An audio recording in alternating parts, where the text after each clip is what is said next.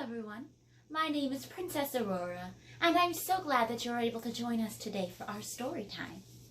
Now, today's story time is going to be even more exciting because we've come together with our friends from We Are Lit and Cognificent Kids to give away a copy of the story that we'll be reading today. The book is called Princesses Save the World. Now, if you'd like to enter the contest to win this book, have your mom or dad go back and check out our page on Facebook, Golden Rule Events LLC. And there they'll find the instructions to get you entered to win this book. So, without further ado, here we go. The book is by Savannah Guthrie and Allison Oppenheim, and it's illustrated by Eva Byrne. Now, this is one of my very favorite books because it's a wonderful story about the great things that can happen when we work together. So we begin in the kingdom of Princess Penelope Pineapple. Princess Penelope Pineapple loved to bake. She was known far and wide for her pineapple cake. The secret ingredient in this signature treat, honey from her beehives, golden and sweet. Penny loved to garden, to plant, and to sow. In the pineapple kingdom, anything could grow. But what made her kingdom so lush and alive were the bees of the royal pineapple beehive. Now, I know not everybody likes bees, especially if you've been stung before. That's not a very good feeling.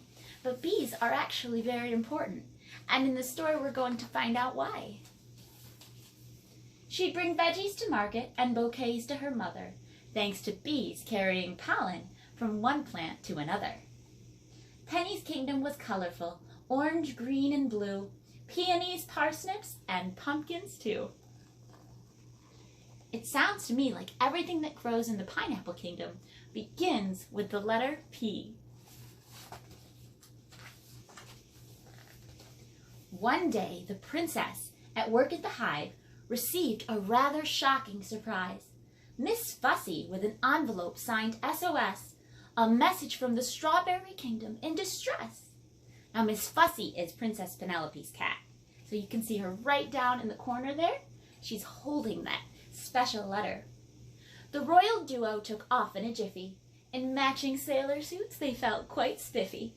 As they cruised across the Fruitissippi River, what Penny saw next gave her a shiver. My, I wonder what we're going to find in the Strawberry Kingdom.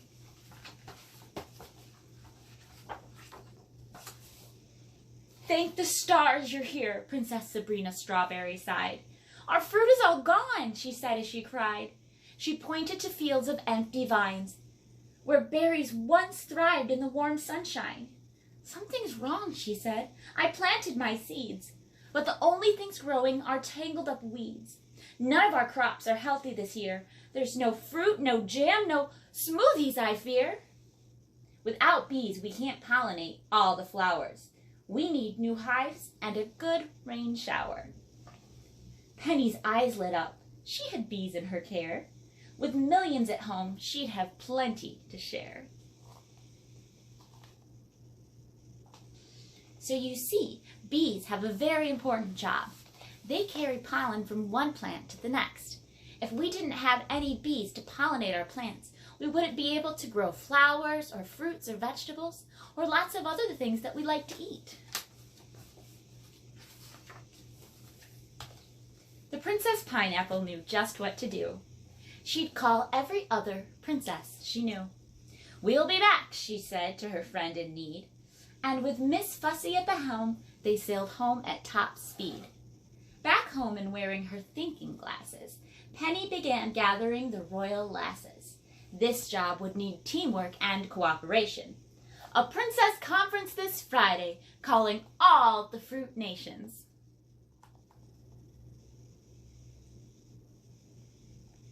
Now, you've already met Princess Penelope Pineapple and Princess Sabrina Strawberry, but they have lots of other friends, and each one of them is a princess of her very own fruit kingdom. Princess Beatrice Blueberry made the quickest time, with Regal Rita Raspberry not far behind. Kira Kiwi rolled in on bright green wheels, with Maribel Mango hot on her heels.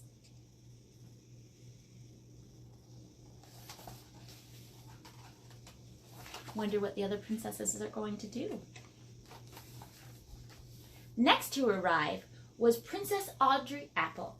With her own fruit problems, she too had grappled. "Princesses," she said, "you should have seen my sad orchard. The trees were half bare and the fruit looked tortured." "Bees were the answer," Princess Apple agreed.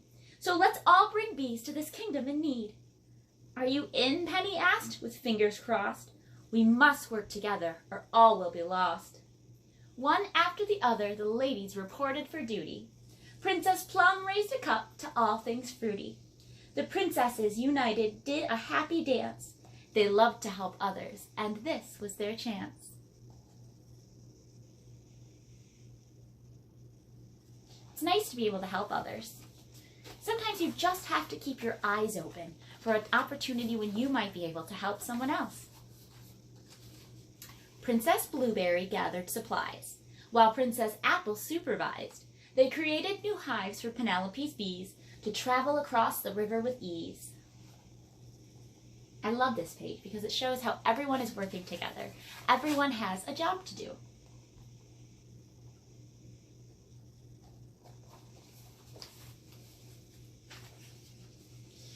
"Just one question," a small voice was heard to say. "How will we get the bees to come our way?" Little Princess Grape had a point to be made. "You can't tell bees what to do. You have to persuade."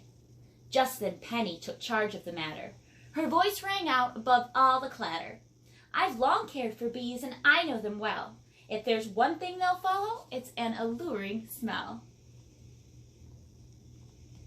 Now, alluring means something interesting, something bees might smell and want to go after or investigate. Penny encouraged the princesses to look for anything fragrant that might work as a hook.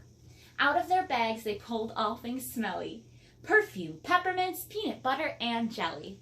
Penny and Miss Fussy went straight to their lab, created a scent, and then with a dab, they tested what would happen when it hit the air. It worked! One squirt and bees swarmed everywhere.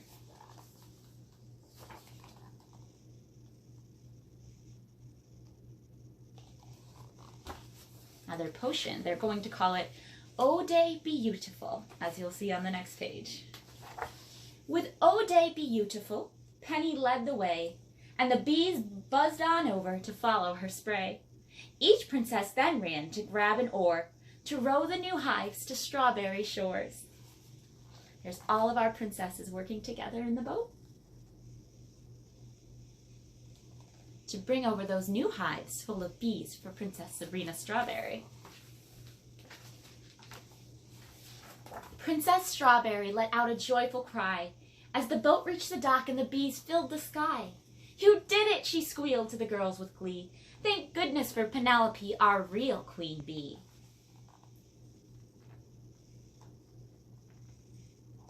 She's going to be so happy now that she's able to grow her strawberries. 1 year later, with the strawberries now hearty, Sabrina hosted a princess tea party. Each one arrived to present a surprise: her kingdom's very own homemade fruit pies.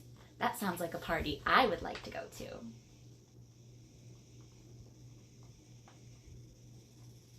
Now, I've never had a grape pie or a kiwi pie, or I don't think I've ever even had a pineapple pie.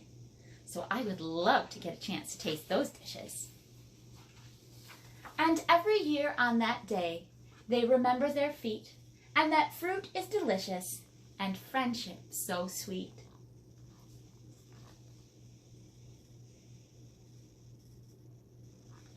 And that is the very end of our story. Princesses saved the day. Thank you so much for joining us today, and make sure that you follow the directions so that you could be entered to win our contest. Make sure you also check out our YouTube page, Golden Rule Events, for more story times with lots of other princesses. Have a magical day, and remember to be kind to everyone.